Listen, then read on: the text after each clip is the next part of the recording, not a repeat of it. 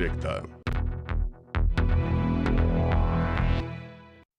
Bueno, ya estamos de regreso en esta primera emisión de Señal Informativa y nos da mucho gusto recibir, como siempre, en este espacio de noticias a Augusto Chacón, director del Observatorio Ciudadano Jalisco. ¿Cómo vamos? Quien, pues después de algunos programas, te tenemos de nueva cuenta aquí, totalmente en vivo.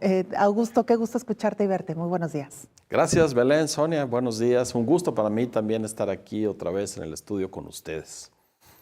Queda la impresión de que cuando hablamos de seguridad pública o de inseguridad pública, para ser más precisos, particularmente cuando lo hace el presidente de la República, tenemos en mente solo uno de los polos del fenómeno. El más importante, sin duda, pero no más una parte, las víctimas. No únicamente quienes son directamente agredidos en alguno de los hechos criminales, las decenas de miles de asesinados y desaparecidos, los cientos de miles a quienes roban, extorsionan y secuestran. Asimismo están las otras víctimas, las que voluntaria o involuntariamente se hacen comparsas de los criminales.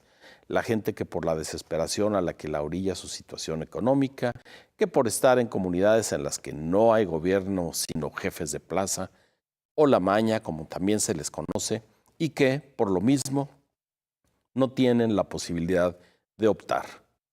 El presidente López Obrador tiene discurso y un buen remedio para el tipo de víctimas, digamos, indirectas.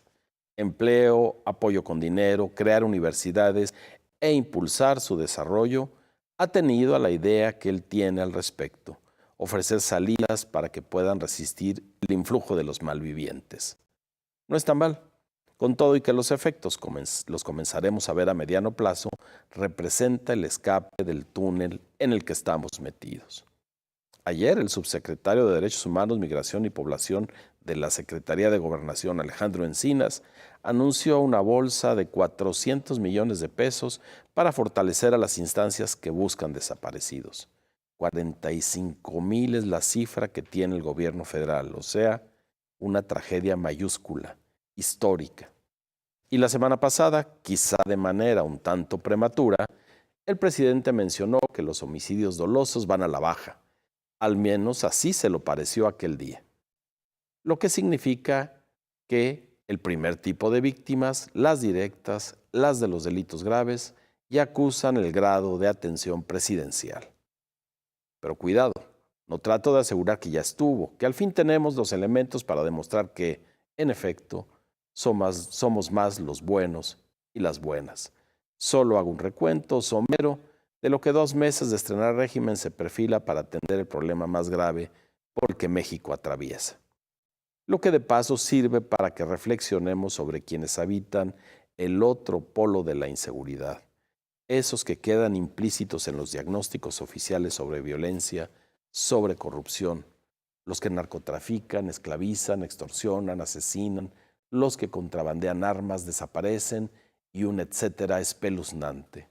Sabemos que ahí están, que controlan vidas, autoridades y territorios. Sabemos que se reproducen y que ni las Fuerzas Armadas les han hecho mella duradera. Guerrero es un buen ejemplo, o Tamaulipas, Chihuahua, Michoacán, Veracruz, Jalisco y recientemente Baja California. De esos malos, que hay alguno y rápidamente dan con quien lo supla. Sabemos que tienen socios por todo el continente y en otros, y sus productos, por más satanizados que estén, terminan en las manos, las gargantas, las venas y la nariz de una multitudinaria clientela. También sabemos que hasta el momento, nadie de quien tiene el poder y la responsabilidad, sea militar o civil, ha dado un puñetazo contundente en la metafórica mesa para decir, no lo permitiremos un día más. Porque no está fácil. Esto también lo sabemos.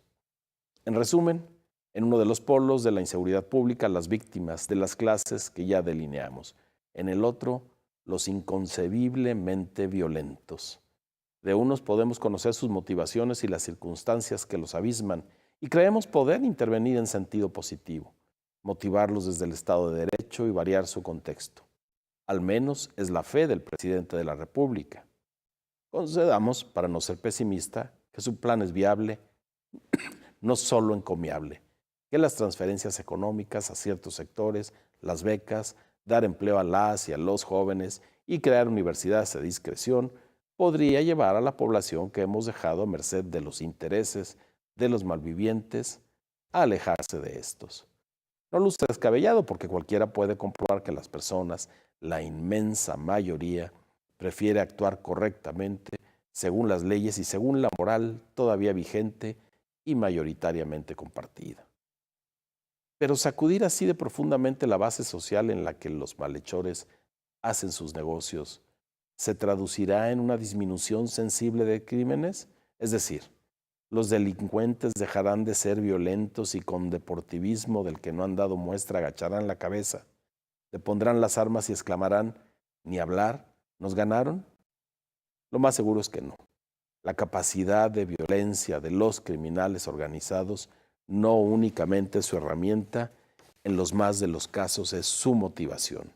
Para ella están, por ella están, por la dosis de crueldad que impunemente pueden poner en práctica, la que además les deja ganancias. De la contención que deben ejercer los gobiernos se dice poco, aunque es urgente. De acuerdo, la Guardia Nacional tal vez sea la iniciativa que apunte hacia allá, pero tal vez no. En su concepción prescinde de las policías locales y estatales y se vale de un supuesto que ya mostró ser insuficiente, que las Fuerzas Armadas, Ejército y Marina, lo único que requieren es sustento legal para hacer lo suyo, como en teoría saben hacerlo. Hasta la fecha no hemos recuperado para la paz ninguna de las regiones en las que, incluso sin los ordenamientos jurídicos que las avalen, han intervenido. Ahora mismo la Policía Federal y las Fuerzas Armadas están en Baja California para tratar de contener una ola de violencia terrible que de pronto está, luego no, pero siempre vuelve. Así como para los planes de intervención social hay consenso, al menos en lo básico, para acotar al máximo la violencia debemos lograr otro. Si no inhibimos a los violentos, la inversión que hagamos para apoyar a las personas será un desperdicio, simplemente porque aquellos, los violentos, están ahí, en donde sea, todos los días, impunes y nada dispuestos a perder lo que tienen. Y no perdamos de vista que no se han hecho de territorios y vidas porque la población prefiera la moral que proponen. Lo han conseguido a balazos, a golpes, intimidando, torturando. O sea, más allá de la pobreza a la que López Obrador achaca tantos de los males y de los pésimos ejemplos que históricamente han dado los gobernantes, hay una cotidianidad feroz en la que muchas y muchos están forzados a vivir. Y esa no es posible entenderla desde la lejanía, con operaciones de unas cuantas semanas o según clichés de románticos cuentos costumbristas. Para comprenderla es necesario que la ley y quienes deben aplicarla permanezcan y sean parte de las comunidades, justo porque los criminales acechan sin dar tregua.